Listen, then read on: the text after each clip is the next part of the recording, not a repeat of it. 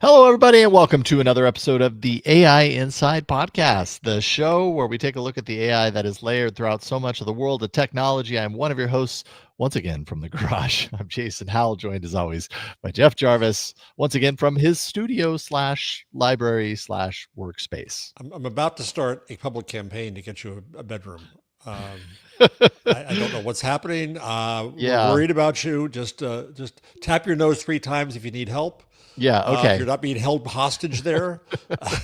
My house has been taken over by contractors. Let's just say that. Although I'm very optimistic, they are really moving on the garage, on the bathroom now.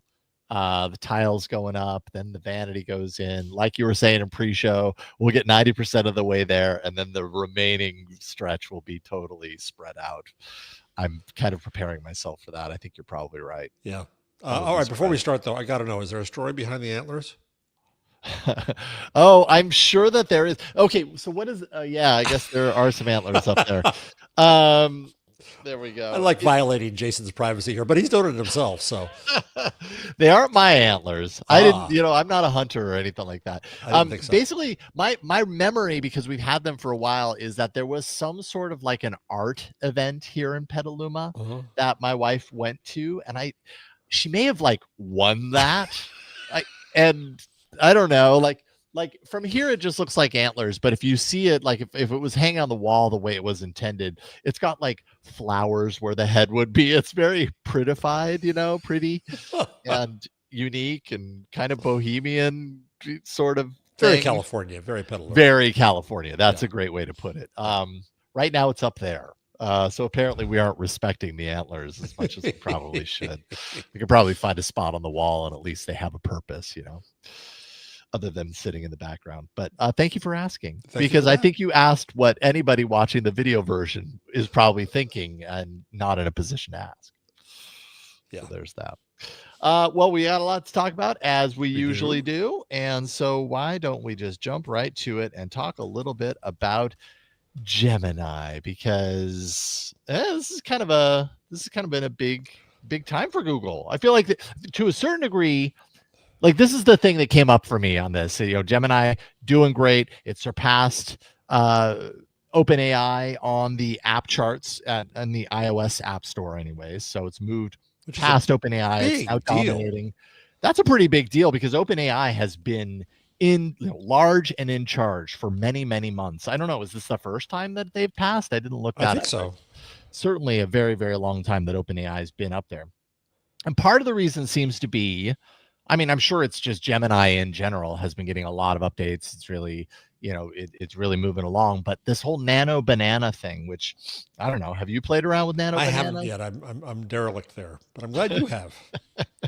I've definitely taken a look, and we can certainly take a look on a deeper level to this here in a second. But yeah, so this is a big deal. Demis Hassabis took to X to, of course, brag a little bit about it, and that's great. But I have, let's see here, I'm trying to, my window layout is not appealing to me right now. I'm missing things. So it's important, I think, that while you're doing that, that this is also the last week when Google hit the 3 trillion mark in market cap, and I think that accomplishments like this are part of that. People said, "Oh, Google's behind. OpenAI is way ahead. They got to catch up with OpenAI," and I think they're getting real AI respect now, and I think that the market cap is reflecting that. Yeah, totally. I mean, $3 trillion, kind of joining a very exclusive club there. It's not like Nano Banana is like the reason, but it's this along with a lot of other things, along with, avoiding a very catastrophic outcome of things like, from the antitrust ruling recently, not having to divest Chrome and Android. That certainly gives, investors a lot of optimism about kind of Google's future and keeping the ship rolling and together. And I look at this and I'm like, for so long, it's been easy to criticize Google because they were so early on a lot of this consumer-facing AI stuff, and yet they were surpassed by the upstarts. This brand new company that suddenly comes into consciousness, OpenAI, and it's like, well, wait a minute, Google, you should have been the leader. Why weren't you? And now it's kind of like a few years into it, they're getting their comeuppance to a certain degree, or they're getting their revenge. Maybe that's the better. I think that's probably a better way to put it. Yeah, I think they're proving what they're doing. Yep. Yeah, indeed. So so that's a big deal. Nano Banana, is bringing a lot of new usage, and part of what's driving this is the virality of the model here. I think in the people that I've talked to, primarily Android faithful folks, we were talking about it last night before the show and during the show, is that the image generation that Nano Banana is capable of is really accurate to a certain degree. It's not 100% perfect. If you feed it an image of yourself and you say, generate this thing, it's not going to get your likeness perfect 100% of the time, but it nails it a lot more consistently than most image models that I've used to date. It really does get a lot of the details pretty darn right and consistent. And I think this is more than a parlor trick, but it is that. Mm-hmm. It's also, I've been reading a lot of stuff in the papers, and we'll get to that later, about world models. And the synthetic data for world models is images of reality made artificially by the machine. So when it's making a close representation of reality that impresses us, I would imagine it's also being used to train the machines as a world model. Yeah, that's a good point. I have to imagine so. And even as I've been playing with Nano Banana in this particular meme, which is one of the big things that people have been passing around, is this. It's like a viral prompt. And I guess there's probably been viral prompts before, but there's a specific prompt that is going wild on Nano Banana right now among users, where when you put it in, it creates an image similar to what you see on The Verge here of the photo that you give it. And it has like a monitor in the background that has a CAD version of this character, this like action figure sort of thing, and then it has a very realistic looking rendering of the action figure on a table, and then also a smaller version of it in a box as if it were something you could buy at the toy store or something like that. I wonder whether that could create enough detail that you could feed that to a 3D printer. I think I've seen a lot of people wondering that too. Like this, we're starting to kind of get to a point, and maybe we've already been there and we're only just now noticing it, but it's pretty detailed, and I'm sure there's some way to do that. I went ahead and did this for us. Oh, Jeff. And this is taken from a photo that you and I took on your book tour when we were in San Francisco. Right. And it can be found. The photo can actually be found on the AI Inside site at aiinside.show. And here we are, a little action figure version. We got the little box that it comes in. That's very cool. And then I don't know why it decided that I deserve to be full color in the CAD rendering and you were black and white. Because I'm just kind of that pale. I'm very white and I wear black, so that's all it has. That's all it's got. I don't know. It's not perfect. That sort of looks like me. That sort of looks like you. But, a little cockeyed, but yeah. But it's a toy. Like since when do the toys represent reality 100%? That's pretty cool. So I have this. Let's see here. Oh yeah, that's right. Okay. So this was done at a conference called, what was it, Darwin Circle in Vienna a few years ago. And that's right. I had to stand with a whole set of cameras, and it rotated me around to get the data, and then 3D printed it. So I can't see any reason why they couldn't turn that into 3D printing. Totally. Yeah, I could see that happening. So that trend's going nuts. Coming soon from the AI Inside store. You can get our action figures of us, or maybe we just send it out to our executive producers on Patreon to get a few more of them. You can put it on the dash of your car. I don't know what you do with those things. Put it on your bookshelf behind you, Jeff. I'll put it next to the antlers. Put pins in it if you want to. We don't care. Yes, totally. Another kind of viral prompt that I saw going around a few weeks ago that I tried on a whim that I thought was pretty funny is picture me through the decades. And I fed it. For those of you not watching the video, it's pretty funny. It's as if Jason is in a sitcom. It really does. Yeah. Yes, like this is Mad Men era, Right, and right. that '70s show. I'm the dad, and I don't know. But the great thing about it is Jason doesn't change. He doesn't age. No, it's just if I was this age in these decades, what would I look like? I've got a nice, flashy mullet with a a boombox in my ear. Yeah, the 2000s one with the little faux hawk. Yeah. Wow, that one is hard for me to look at. I'm like, oh, I'm happy that was never me right there.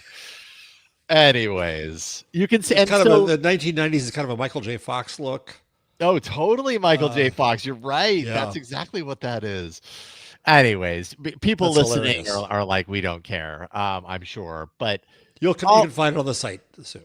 Yeah, all this to say, like, it's fun to play around with these things. And I think where we're getting with this, and probably part of the reason why something like Nano Banana is going nuts is A, it's the quality, the consistency, like I said. And B, it's kind of the ease of use because, sometimes you got to be really specific and exact with prompting in order to actually get the thing that you want.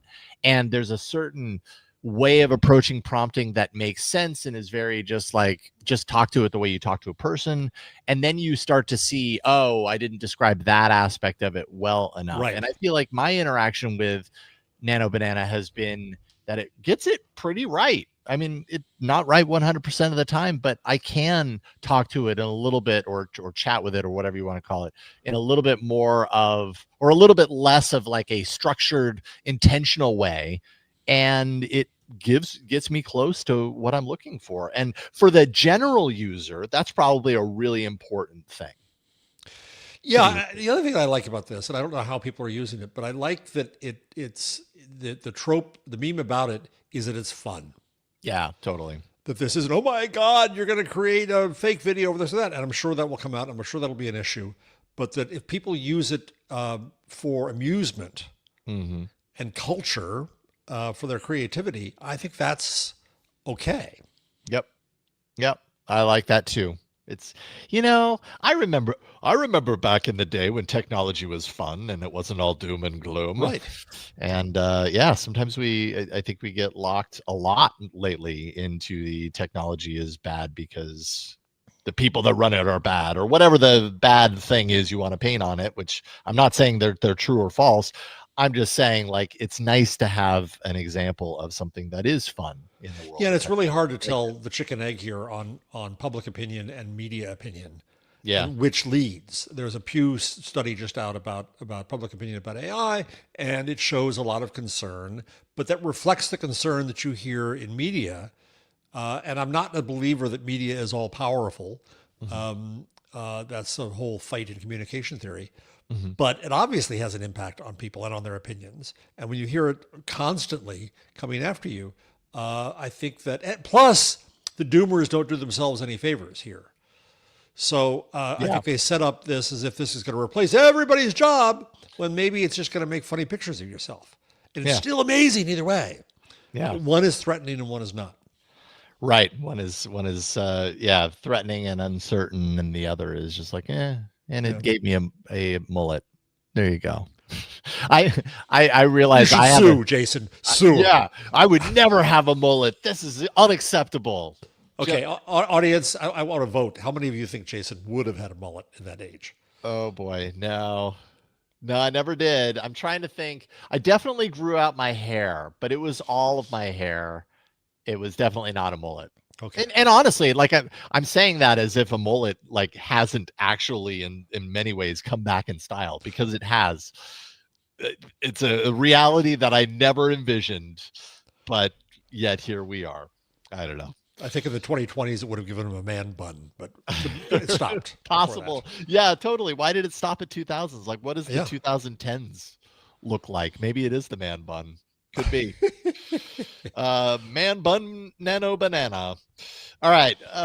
In other news, and definitely shifting gears a little bit here, but this was big news last week when it was happening. We have some other developments that have happened over the weekend, but OpenAI and Microsoft have reached preliminary terms to revise their partnership. Of course, We've talked plenty of times about OpenAI trying to move itself closer to a restructuring, but also, kind of keeping set and geared towards its how do I put it? Away from being just a for-profit company, but also for like the greater good, I suppose. Right? Am I explaining that right? Suddenly I had a mind blank there. And along those lines, Microsoft's role in all of this, Microsoft is working with OpenAI to create a non-binding partnership plan with the company. Microsoft reportedly set to secure a new equity stake valued, and this was, I think, the new news from the weekend, valued at around $150 billion, worth at least $150 billion, according to this article on Business Insider. That's not bad, especially considering it first invested, I think, $1 billion back in 2019. Holy moly. That's incredible. It really, so I think there was a total of 13 billion in, and they ended up with a stake worth 150 billion. Right. And then I'm trying to find, I thought you had it in the rundown. I can't find it. A who owns a OpenAI, unraveling the structure. Is this it? No, I saw a pie chart of who will own how much of OpenAI. And this is the whole thing. This is what I've been talking about for months, that when the whole fight came over and Microsoft is rethinking its structure, it was all going to be about the cap table, because everything got renegotiated. And Microsoft invested 13 billion, 1 billion originally, and then another 12, as I understand it. And that yields basically a third of the company. And God, I wish I could find that. I'm sorry. I saw it earlier and I thought, oh, good, I wanted to see that. No, I can't find it. Where I think that the weird thing that I saw about the structure, and I'm sorry I'm being vague here, is that it also pays out profits in tranches. So it pays out profits to recoup Microsoft and early investors and so on and so on. Then it said, and I didn't get to dig into this, that at some point 100% of the profits go to the nonprofit that owns a third of the company. Oh, wow. Okay. So I don't know what you do with that money then. What does the nonprofit do with it? What does that mean? What does your equity in OpenAI then mean? What do you really own if you own something worth 150 billion? Can you sell it? Is it worth that much if the profit is going elsewhere? What are you buying when you buy stock? You're buying future profit. So I'm still very confused about this deal and this structure. And I'm sure that Sam Altman at this point, I wish it was the nonprofit had never been there. It complicates the heck out of his life and the heck out of the company and out of fundraising when he needs to raise huge amounts of money. He just did a $300 billion deal with Oracle, right? Oracle? Yes. Oracle. Yes. So he needs cash and he needs investment. And if your investment isn't going to, it would look like, wow, the Microsoft investment paid back in spades, 10x, more than 10x. However, if in the long run all the profit is going to the not-for-profit, what's your equity worth? I'm so confused. And what is like you said, what does the nonprofit end up doing with all of that? Where do they commit that to go? And I don't know that I've seen what that looks like. When you say that Altman probably wishes that he hadn't structured it as a nonprofit back then, why do you think he did that then? Do you think, obviously it wasn't him so much as it was Musk. Okay. Right. It was the whole group saying, and Reid Hoffman, I think, at that stage. I don't know whether it was Andreessen or not, but it was the group saying, we're scared of big Google and buying DeepMind and for-profit companies running AI. There should be something that is open and not for profit. And that was the original, I think, rather naive view. And that's why Musk is so mad at Altman and company, because they didn't hold to that, and he's trying to hold them to it as if he's exactly a charity. He's not. So it was how it got started. And Musk's original money went in on that basis. So I don't think they knew what they were going to that they were. They didn't know what it was going to grow into. Yeah. Right. Interesting. They didn't realize at the time the massive success that it was going to be. Right. Which I don't know. That's kind of interesting to me when you consider the players there, that they wouldn't just kind of assume. Like I just have this view that like all, anyone who's investing in something is just expecting that the thing that they are investing in, like they're planning for the huge payoff, the huge payday, the huge success.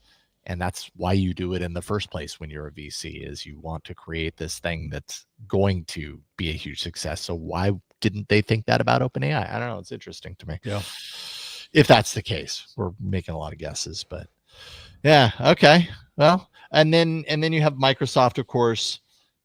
One can imagine Microsoft's going to continue to have preferred access to OpenAI's products in this deal, of course. Apparently, OpenAI has the freedom to use other cloud providers, not just Azure. And we've got kind of regulatory approval on all of this, that it all kind of hinges on, as well as, like you say, the Elon Musk factor, which there is a court case that's currently happening. And I imagine, this also hinges on an end of that court case to some degree. And I can't remember whether Musk took back the money or he refused to pay more, or I don't know what his equity stake is in this. Yeah. In the end. Yeah. I'm not sure I remember. The early investors, I'm just envisioning this chart that I can't find now. The early investors, I think, were something like 4%. Microsoft got a huge part of this company. Yeah, no kidding. That was a smart move on Microsoft's part. Yep. Even though it's carried with it some headaches along the way, but I guess when you're, that's whatever. Yeah, and until they hired Mustafa Suleyman, I think that Microsoft was in the risk of really being left behind by depending too much on OpenAI. Yeah. So they each needed some independence. It's good for each company. Yeah, indeed. Well, there you go. A few of the top stories, and we've got more coming up, but I do want to throw out a quick thank you to some patrons: Peter, Casey, Kameyama, and Duncan. 3 folks who support us on Patreon.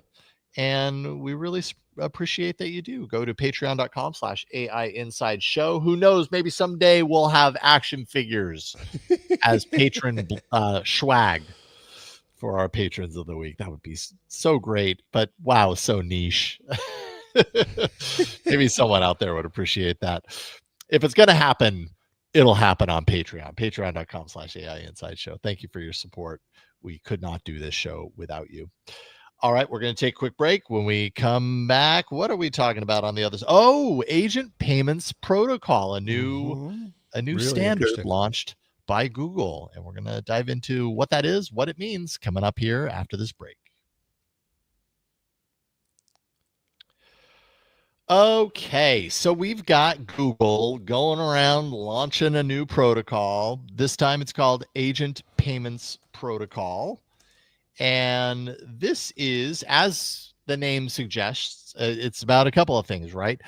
It's designed to secure AI agent-directed transactions. So we've talked plenty of times about, in a world where we have AI agents doing our bidding for us, standing in the queue so we don't have to, pulling the trigger on that, that plane trip at the lowest possible cost when it happens to come across the agent's awareness, so that we don't have to be the ones clicking and all these things.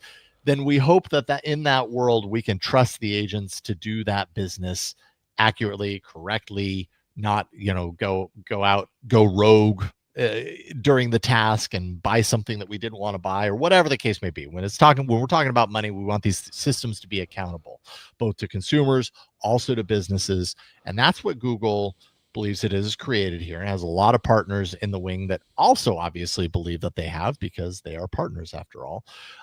We want to trust our agents if they're conducting these transactions for us. And so that's what Agent Payments Protocol, also known as AP2, is designed to do, and it's related to payments, it's related to credit card transactions and interactions, stable coins, direct bank transfers, all inside of this universal standard protocol. Yeah, so we could start there. I don't know. It sounds like something that is needed. I don't know if there are other efforts out there that we're trying to tackle this from a different perspective, but I think this sounds important. Yeah, I'm old enough to remember when people said, "Oh, nobody's ever going to give their credit cards to the internet." Yeah, right. Right? Yeah. It's so unlikely.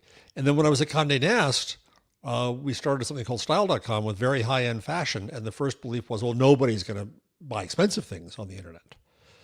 And Amazon changed that, returns changed that, all kinds of things changed, and just good process changed that, so that we all have our credit cards out there and we're all buying stuff. I think the same thing was here. The agent is operating autonomously on our behalf, likely with our initial permission, but not necessarily our permission at the moment. And so we're going to need sets of rules and what to do. And what if the agent does something stupid? What if it buys, I don't know, antlers with flowers on them when what we wanted was a hat? Oops. Oh, silly agent. Does the antler maker get the money? Can we return it? What if it didn't follow the instructions? There's all kinds of stuff that's going to come up. But there's no question that the whole world of commerce is roiling around this topic. We've talked about it in terms of advertisers are going to be advertising to agents. There's a lot of work in that field. There's a lot in terms of people in my papers trawling, looking how they're looking at agents to agents and the economy that they create, and do they negotiate on our behalf?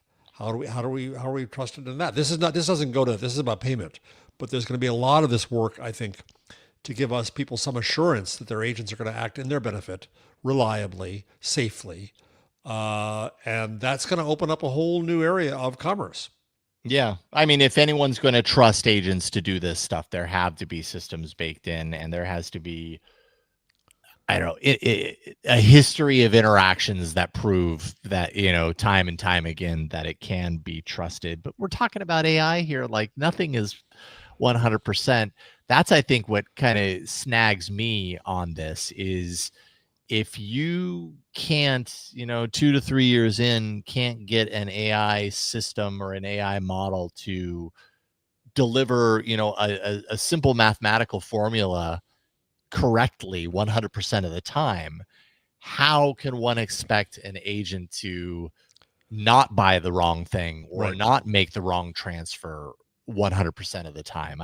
I don't know. I don't know if that's, are we going to pass the same, well, it's AI, so we just accept the fact that it doesn't get things wrong 100% of the time. Are we going to pass that kind of, thinking around AI agents the way we do with that example with LLMs?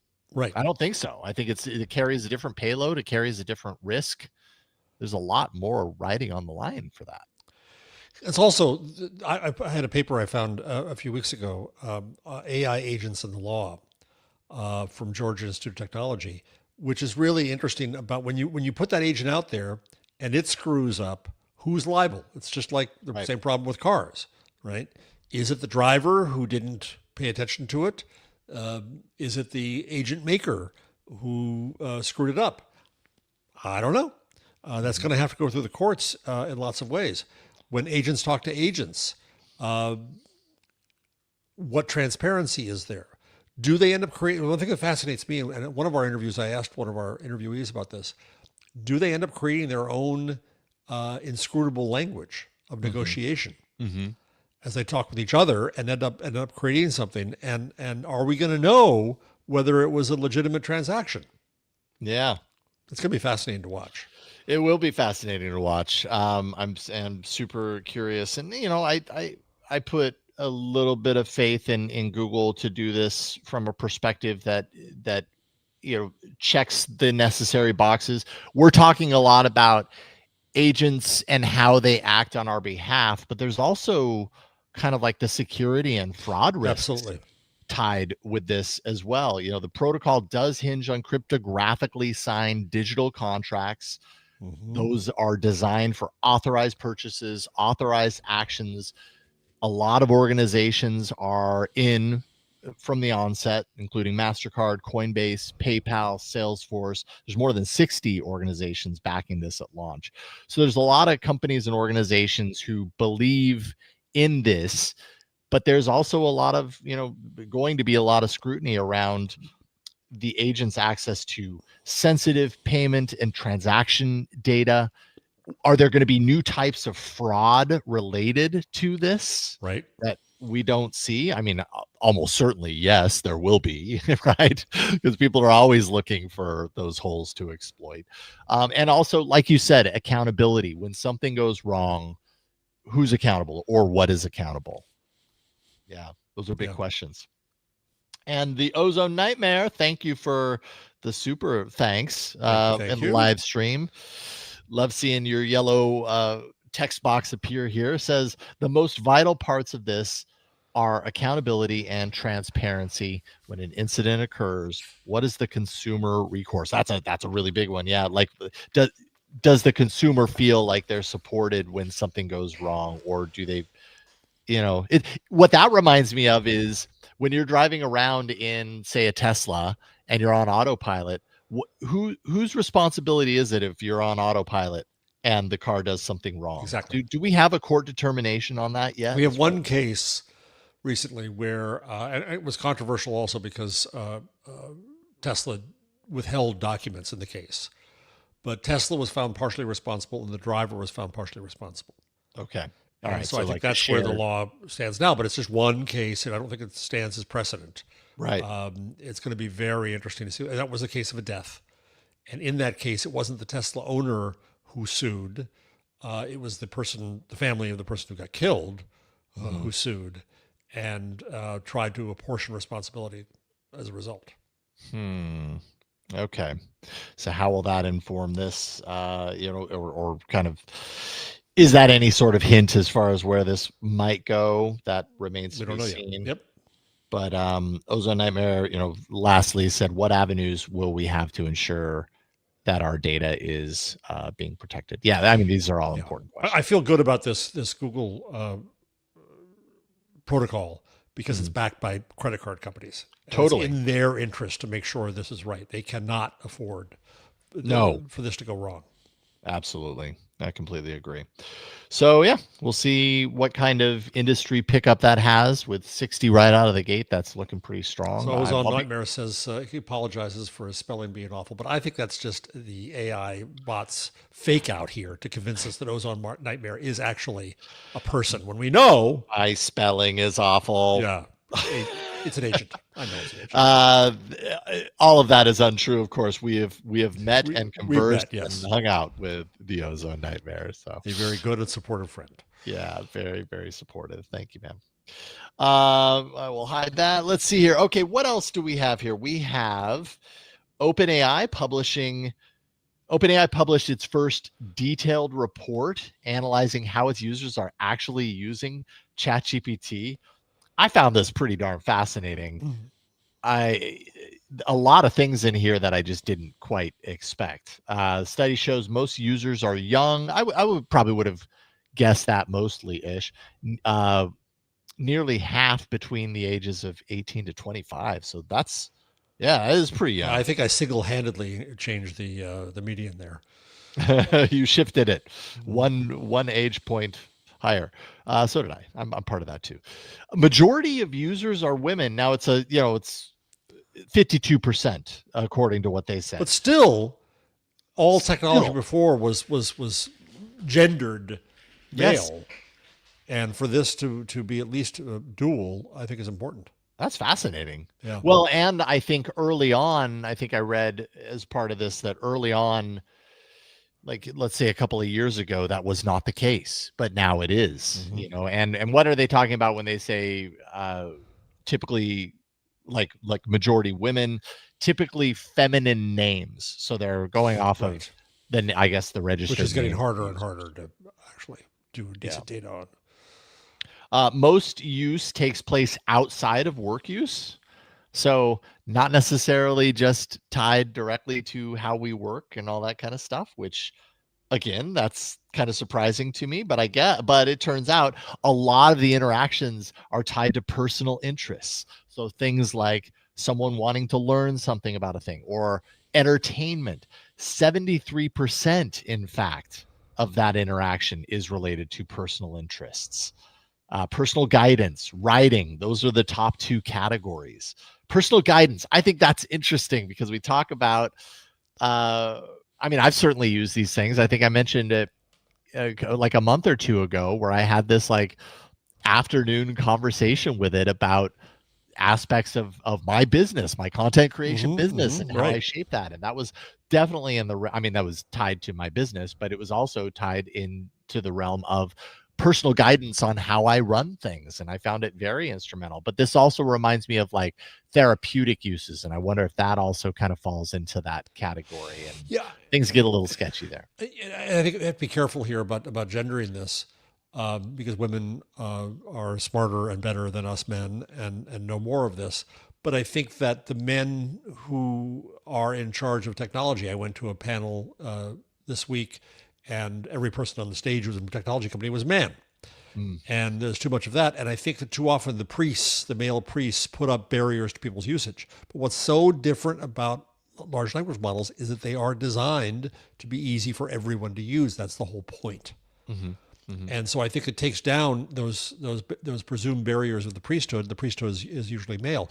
But the other thing, so there's a paper that I put up, I found, I think 2 weeks ago from Rutgers, looking at students' interactions with AI. What was really interesting was that ChatGPT created a low-stakes space for experimenting with ideas or making humorous asides like, "You're smarter than my professor," or "Let's suffer through the stats together." The anthropomorphism that disturbs us at times is one of its great draws because it feels that way. Yeah. And students derive enjoyment, says the Rutgers paper, from using AI in exploratory or non-evaluative contexts. And it's parasocial, and I love this, it offered hedonic gratification. But students saying things like, "Thanks, that really helped."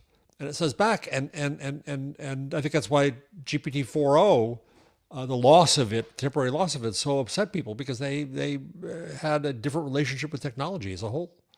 Yeah, they had grown accustomed to. It wasn't nerdy anymore. Yeah, that's really interesting. That definitely demonstrates a lot of how these things are using. Yeah, there's a lot of information in here that I would have thought would have been a little different. ChatGPT growing faster in poorer countries than wealthy ones. That's fascinating. And it isn't just OpenAI doing this. You also included an Anthropic report, whatever you want to call it, released its economic index for September 2025. And I think it walks in similar, territory as far as the report is concerned. And it seems to kind of demonstrate a very different perspective, which, I mean, I guess, sort of unsurprising because I often, feel that different models, different services that I use are better for certain things than others. And it would, in many cases, it's hard for me to explain why I choose to use this versus that for this task versus that task. But over time, I just have this felt sense that I'm going to get the thing I'm really looking for this particular task over there instead of over here. And Anthropic says much of its usage is concentrated in wealthy countries. So very opposite from what ChatGPT and their data said. Also tech-driven U.S. states, obviously a lot of usage happening in states like California where I live. Most usage is within businesses, so not as personal. With Anthropic and Claude, it's very business focused, particularly automation tasks using Claude's API. And yeah, it's just very different. It makes sense on one level because Claude, these things are starting to take on brand attributes. Yeah. And it's interesting because it's not from their advertising so much or their marketing. It's from how people are using it, and it's more emergent. Sure. But I think with Claude, talking to coders like Claude Copilot best is generally what I hear. I don't know thousands of them, but I think that would lead to that business use. Mm-hmm. And that's where that goes. Whereas ChatGPT has been such a popular Kleenex brand. Kleenex Everybody's brand, out I like there. that. And I'd love to see the comparison of how people use Gemini. The problem with both of these studies, of course, is they're self-reported from the companies. Totally. And it's the same problem we had with social media and Facebook. Twitter was very, very good about releasing data that independent scholars could analyze. And I think we need to demand that the AI companies do the same. And we're going to learn fascinating things if people can start to compare across these platforms. And it's going to change rapidly. Mm-hmm. Mm-hmm. Indeed, it will. Yeah, I think that's a really excellent point. I'm happy you mentioned it because I definitely wanted to bring that up. That all of this coming directly from the companies, they've got a certain their reports, it's research. So I don't doubt that their intention is to just share information as it is, but the truth is you never really quite know. I mean, it's all interpreted through the lens that they would want it to be interpreted through, I guess. And interpolated and all that. So there you go. Take it with a grain of salt, but still interesting nonetheless. Yeah, something else that's interesting to me is something that's happening, at least at the time of recording today. It is Wednesday, September 17th, as we record this right now, about 11 a.m. almost Pacific. And a little bit later this afternoon, MetaConnect 2025 begins. This is Meta's yearly gathering. I think it happens in the Bay Area, where they take a look at their metaverse efforts, which I doubt we'll hear the word metaverse very much at MetaConnect 2025, but we'll certainly hear a lot about virtual reality. I think the rumors are saying not a whole lot in the realm of hardware for VR, but I think a bigger deal and what really relates to this show is the glasses, right? Yes. The Ray-Bans have been really a big success for Meta. And, I mentioned on the show a few months ago, I got the Oakley Houston limited edition glasses. They get, I don't have a whole lot of opportunities that are like made for those glasses. I think I have one coming up that I'm going to be taking them on a trip to Ireland of all places. So I'm going to have opportunities, but I wrote an article for ZDNet a few days ago looking at some of the leaks and everything leading up to the event. And then Meta went ahead and unintentionally leaked some of the biggest announcements on their YouTube channel before realizing they did it and taking the video down. But that confirms some of what we're going to see. It was in Zuckerberg's keynote. He's probably going to talk about this stuff. So we've got the glasses that we already have. There's going to be a new version of the glasses, of the Oakley brand glasses, a larger lens, definitely a lot sportier. The difference here being that the camera is going to be centered on the nose. Talk to the nose. Talk to the nose. Talk to the dot on the nose. I wonder if the camera's there, I wonder how... is there a light that surrounds the camera that flashes when it's recording? Because on the other, the other glasses have two dots. One on the left side has the camera, and the right side is like an indicator that it's recording. And I don't know what it will be on these. That's okay. That's a little bit more of the same, just kind of like a different layout. But what's really interesting are another pair of glasses along with a wristband for control. These glasses will actually have, and they're like a thick, chunky, black looking kind of nerdy pair of glasses. Clark Kent nerdy. Yeah, that's a good way to put it. Definitely along the Clark Kent side of things. And these will have the side cameras, of course, but one of the lenses will have a integrated heads-up display. And so it'll be a full color display. It's going to be a waveguide directing the image onto the lenses, similar to what I've seen firsthand with Project Astra. So I'm curious to know how it, kind of compares between the two. And yeah, so you'll get a heads up display. That's meant, my understanding anyways, of what we've seen so far is that it's meant for interaction with Meta AI. Navigation, of course, could appear in front of your eye, so you don't have to look at your pesky phone. And then the wristband, which has been rumored for a long time, but it's like a neural wristband that picks up on different gestures that your hand might be making through the wrist, and can act as like a control mechanism for the glasses and the content that you're seeing now. The thing I don't understand about this, as a glass wearer, as four eyes, I don't understand the sunglass motif for these things. Because if it's useful, it should be useful in all kinds of settings, not just outside. Yeah. I get the sport thing, and that one pair with the nose camera, the schnoz camera, is clearly for sporting events. It looks like very much like ski goggles. Yes. Yeah, totally. And so I get that. You got like mountain biking or something. Right. So you got your GoPro on your nose. That's cool. I understand that. And things like directions and things like that. But that's the limited use. If you really want the benefit of AI through your life, then to me, sunglasses don't make sense. Glasses do. But then if you're a person who never wears glasses, who has contacts, and now suddenly you're wearing glasses just for this purpose, I don't know what they think, Jason. Yeah. If you're a person like me who does wear glasses, then I'm not going to put on sunglasses just for this. I think that's very confusing right now. Yeah, it is. It's almost like what we need is a transitions version. Yeah. Which honestly, I would not be surprised. I'm sure that's in the pipeline at some point, but maybe not with the heads-up display integrated. But if it doesn't already exist, I'm sure it's coming for these things. But I totally agree.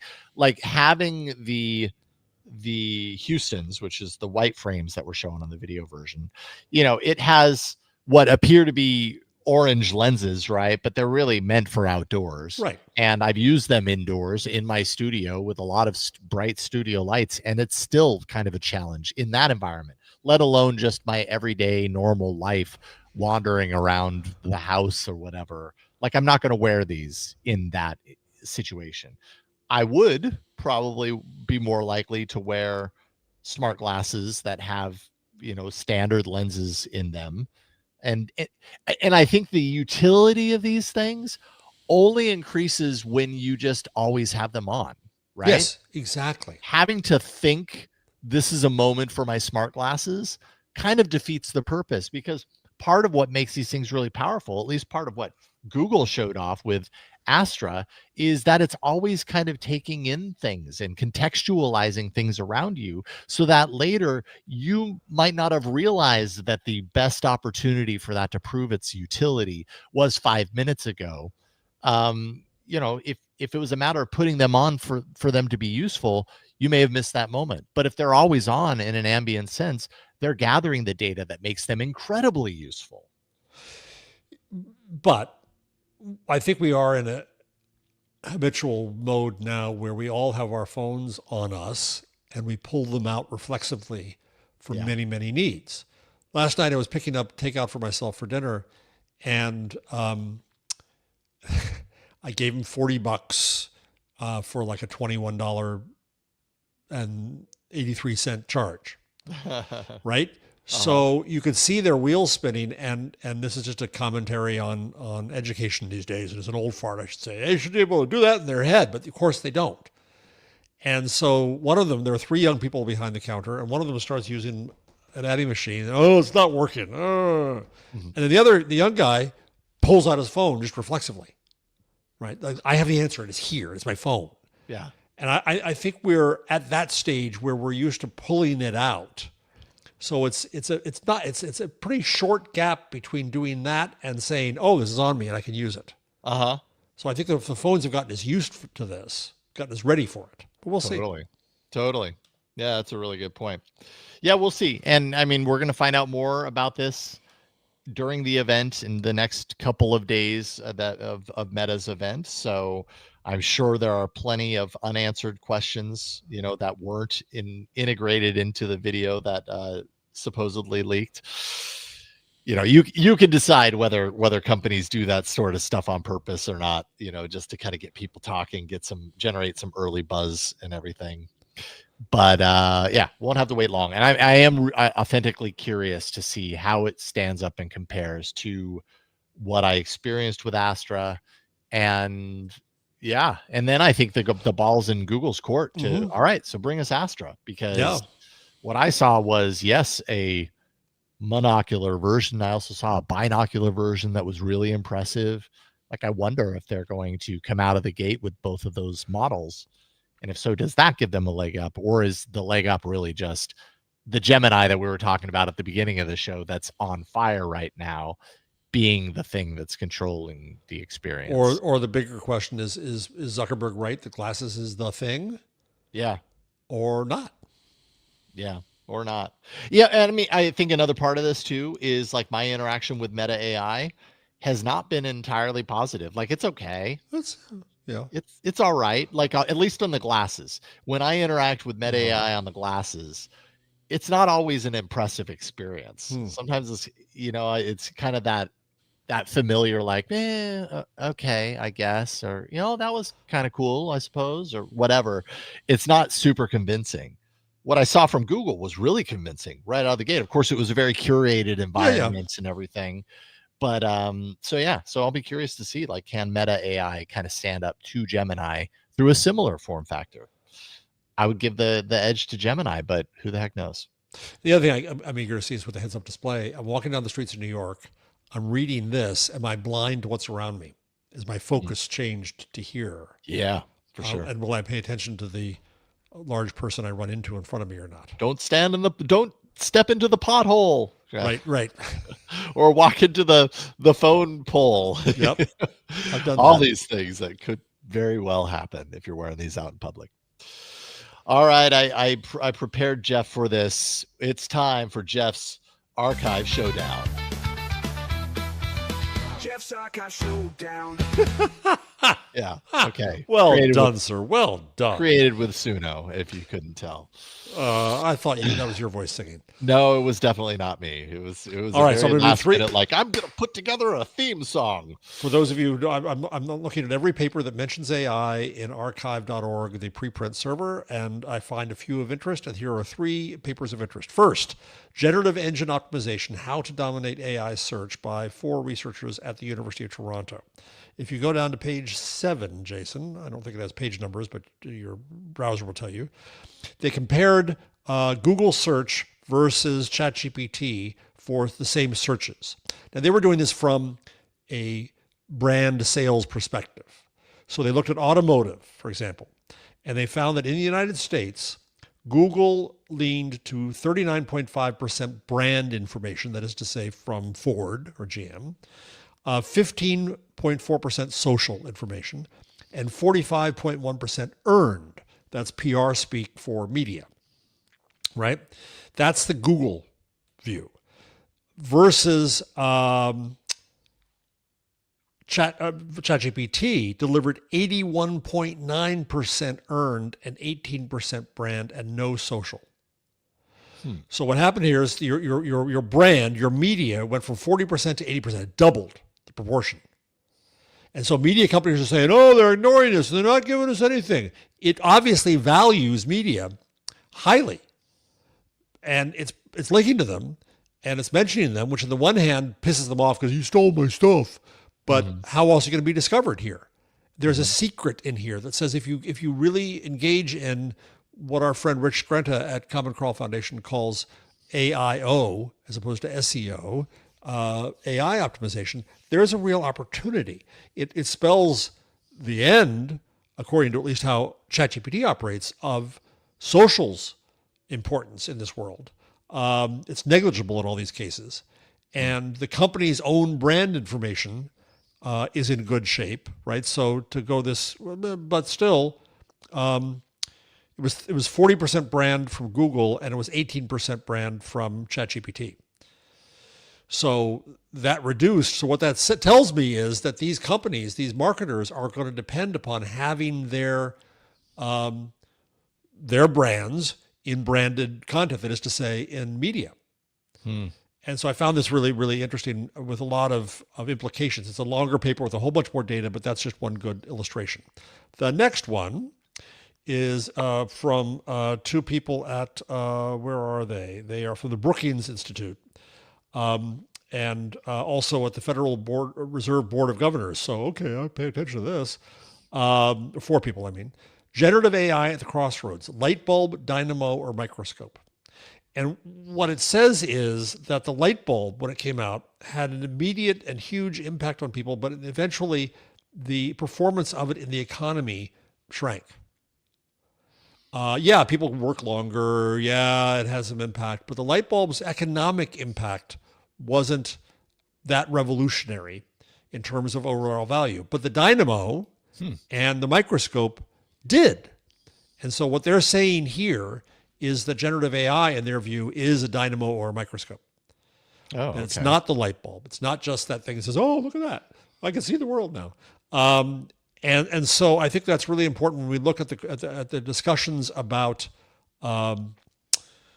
ongoing value and is this a bubble and where are we going to go? These are people from Brookings and the Fed.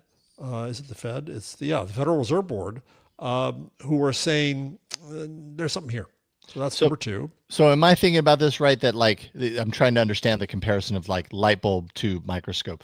Light bulb, not as big a deal. I mean, obviously it's a big deal, but would this be a way of describing that the light bulb as an invention just kind of showed us more of what we already knew versus a microscope, which opens up a new kind of avenue of understanding the world? I like that. Kind of the difference? I like that. So it says that some labor-saving innovations, such as the light bulb, temporarily raise productivity growth as adoption spreads, but the effect fades when the market is saturated. That is, the level of output per hour is permanently higher, but the growth rate is not. So we adapt to it. We're done adapting. Okay, everybody gets to work longer hours. Yay. So it had an impact, but what was it? The electric dynamo spurred on knock-on innovations, new products and process improvements, and business reorganizations because we had electricity. The boost to productivity growth from these general purpose technologies, GPT, I wonder if that's a coincidence, may last longer. Yet other inventions, such as the compound Microsoft, increase the efficiency of the research and development process. Mm-hmm. So the Dynamo spurred more industry, and the Microscope spurred more science and R&D. The light bulb, you're right, Jason, showed us what we already saw, but just better. Yeah, interesting. Okay, yeah, so that's fascinating. That was an interesting paper.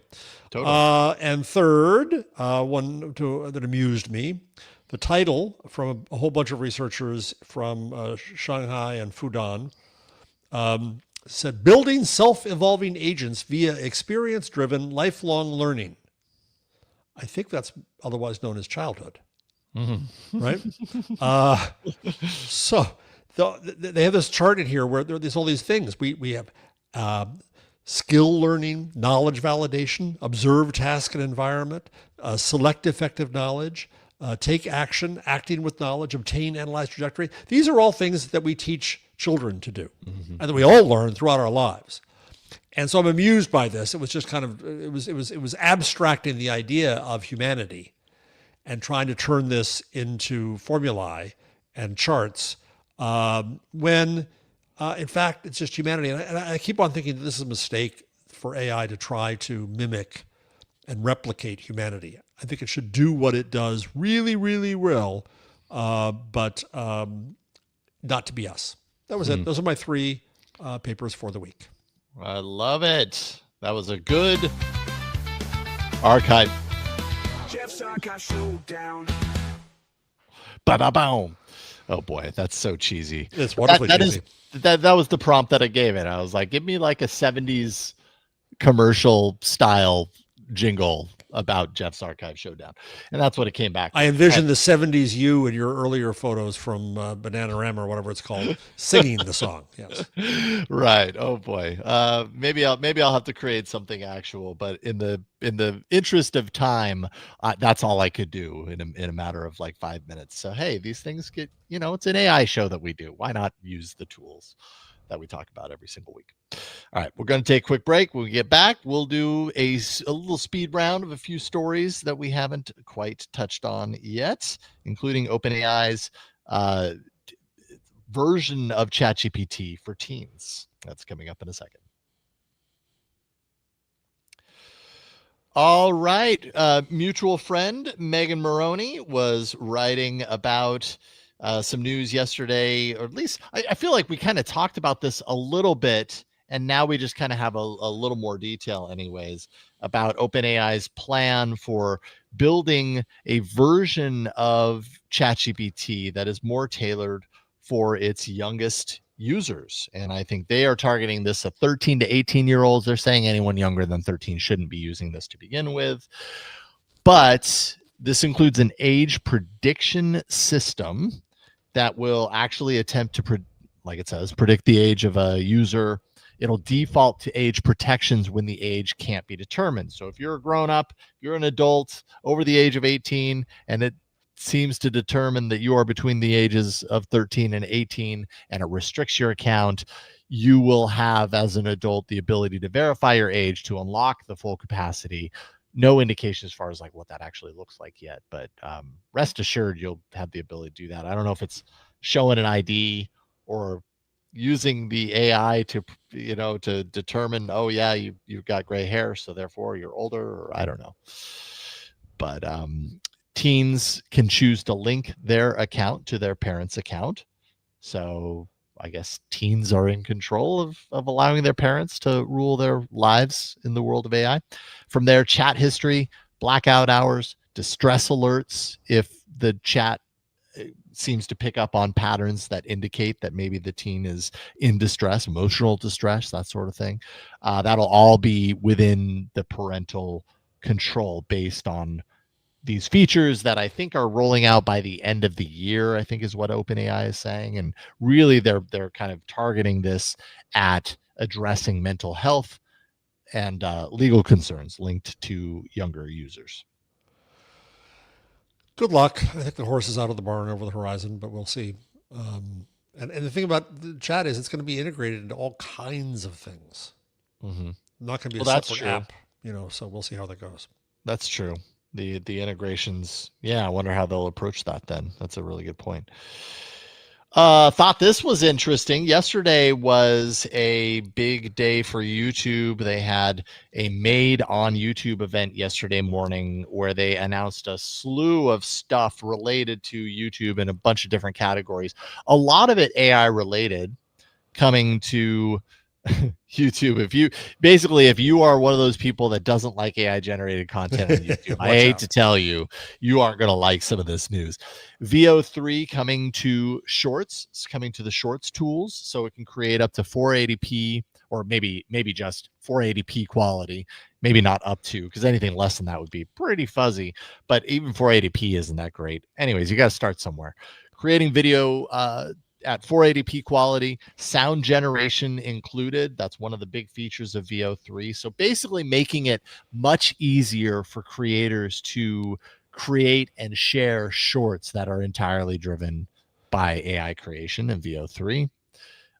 Creators can apply motion from one video onto a picture. So if I upload a picture of you and I standing there and then give it a video that is the source video with some motion of like a dance or whatever, then it could apply that dance motion to us and people would click unsubscribe very fast, very quickly.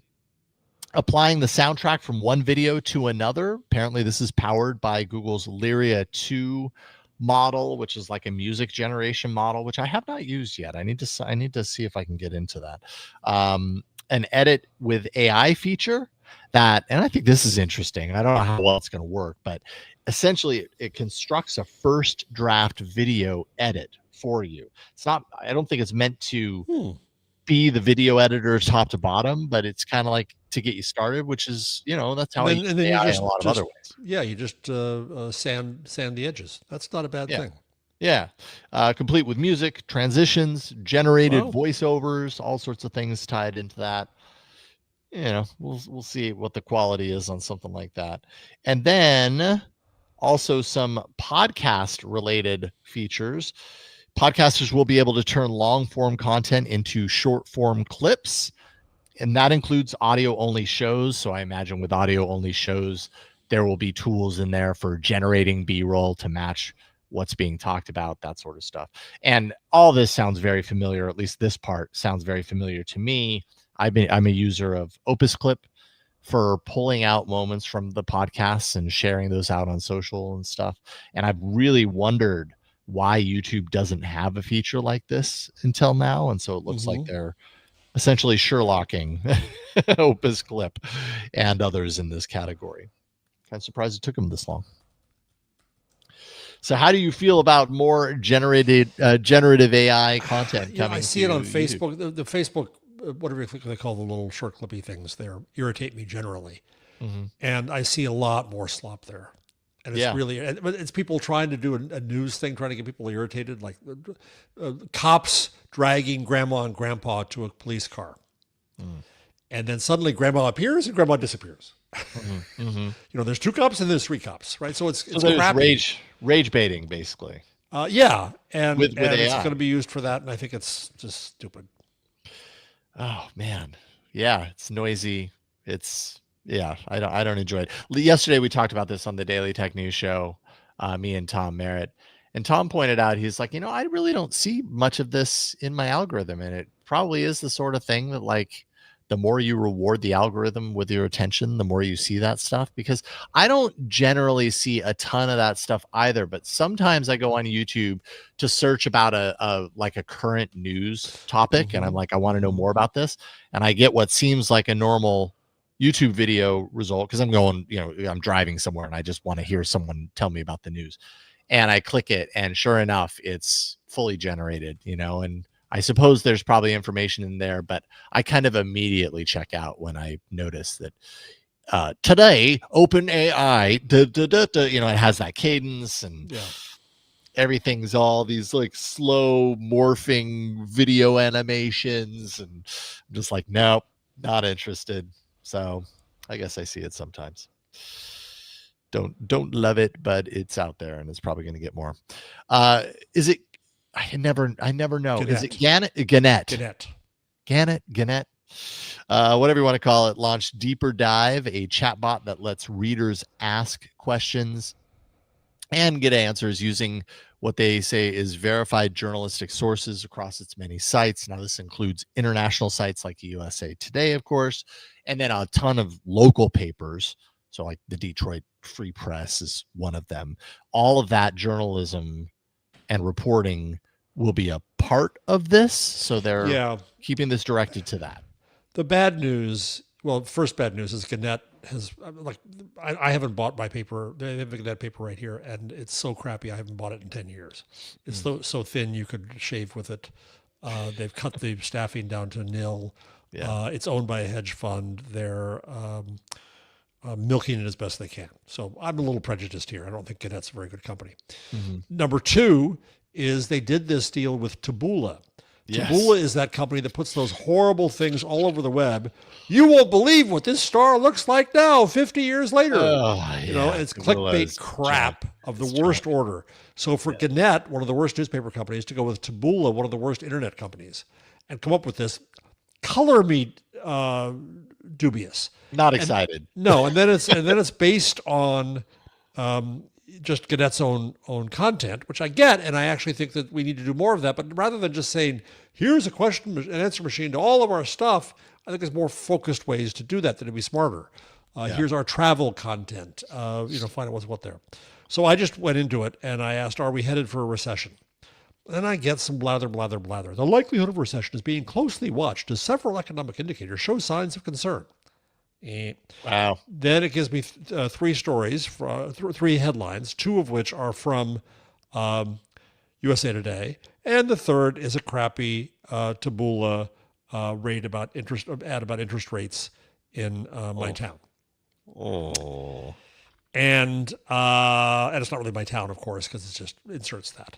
So it's a way to promote a Gannett story. Okay, I don't see a lot of use out of this. I went to an event at Wired at Condé Nast this week, and the president of Gannett was there bragging about this. Just announced this. It's rolled on across all over. Okay, the question for you on this then, because we who was it? It was episode 2. We always Shipstead. That's right. Shipstead. There we go. Usually that name just rolls off my tongue, but for whatever reason, because I needed it in that moment, I couldn't remember. They were doing this something similar, right? But they were doing it in more focused ways. Okay. They put up their electronics content. so you could ask it for a TV. They put up content about the American election so that you could ask it a question about that, or a Swedish election. I think that's a smarter way to do it. Instead, what they did was they put this in front of all of, it's a way for them to promote their own headlines. Got it. Okay. Okay. I'm not condemning that, but I just think they did it in a way that I would expect from Gannett and Taboola. Okay. All right. If another company that you did respect did this product like this, I would say the same thing. It's Just a general, another way to question all of our stuff. I don't think people, and Jason, it's funny because this event at Wired was all about, it was supposed to be an AI summit. I think, okay, let me in. And I asked to get in, and I get in, and then it's all about copyright. It's all about whining about, they're taking our stuff. Oh, how dare they, right? And they're not the media companies are not they're complaining that, oh, look what's happened to our traffic. It's going down because Google's using AI. Well, if your brands were so trusted and so wonderful and so counted upon, you shouldn't care. They should be coming to you directly. We have this thing called the World Wide Web. nytimes.com is not hard to type. People aren't doing that for a reason. Right. And my colleagues, my confreres in journalism have to start recognizing that. It's too late. But at some point they have to recognize that it's not about, all that was bonus, should have been seen as bonus traffic from Google to build relationships. When all you were depending upon was that, you clearly had a weak consumer proposition. Yeah, here. So I'm sorry for that little rant. I'm here for it. Finally, OpenAI has released GPT-5 Codex, its advanced coding agent, dynamic thinking time that can adapt between seconds all the way up to 7 hours for a coding task. Oh, I've never had a 7-hour task. I'm clearly not doing super advanced things, but I don't know. I would think if a task is taking that long, I would just assume that the AI got lost along the way. And forgot to finish, because I've certainly had that happen. Anyways, does that mean that it's going to give you exactly what you're looking for after 7 hours? I'm not quite sure. Maybe someone out there can let me know what their experience has been. But I thought that was interesting. It's a response, yes, to a lot of competition happening right now around coding and AI models, Claude, like we were talking about earlier, GitHub Copilot, that sort of stuff. So if you are a ChatGPT Plus Pro business education and enterprise user, I think you have access to this right now, soon to be open to API customers as well.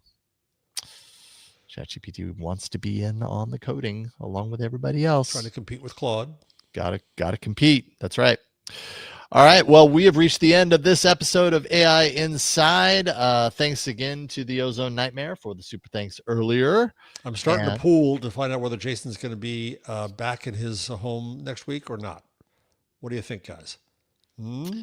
I'd like to say that I will, but I don't know. Okay, we'll see. Might be one more week. Jason in the doghouse. The bathroom is not quite at the point to where I'm like, oh, we're almost there. There's still a lot of work to be done. So apparently, I don't know. And actually, I probably could get away with doing it inside, and there would just be the occasional noise. But I just funk. Yeah, don't need it. And this is working okay. I'm enjoying. The lighting sucks. I want to see some other treasure trove from the Jason attic. I think having seen the antlers was much fun for me. Yeah, there's some unused picture frames up there. There's some boxes of soda that we keep for parties. Yeah, there's a whole lot of randomness in here. Maybe next week I'll show you a different corner of the garage. I'd like that. Yes, I think a little variety. Thank you, Jeff. JeffJarvis.com is where people can find all of Jeff's amazing work, Gutenberg parenthesis, magazine, the web we weave, and so much more that Jeff is working on right now. Hot type coming soon. Yep. Thank you, Jeff. Then let's see here. AI Inside .show. If you want to go and find all of the information about this show in one place, it pretty much links everywhere and has all of our episodes listed each and every week. So you can go there. And then finally, of course, if you want to support us, on Patreon. That's patreon.com/AI Inside Show. You can join Dr. Do, Jeffrey Maricini, Radio Asheville 103.7, Dante St. James, Bono de Rick, Jason Knifer, Jason Brady, Anthony Downs, and Mark Starcher as our executive producers. Thank you. Who knows? Coming soon, we might give you some bobbleheads designed by AI. Let's make more promises that we can't keep. Thank you to everyone who supports us at patreon.com/AI Inside Show. Jason's is going to have antlers on it. Yes. Oh man, that's what I need to do. Obviously, I need to take a picture of me with antlers and turn that into a Nano Banana image. All right, I'll get to work on that, and we'll see you next time. Maybe I'll have it to show you on another episode of the AI Inside podcast. Thank you, everybody. Fun times. We'll see you next time.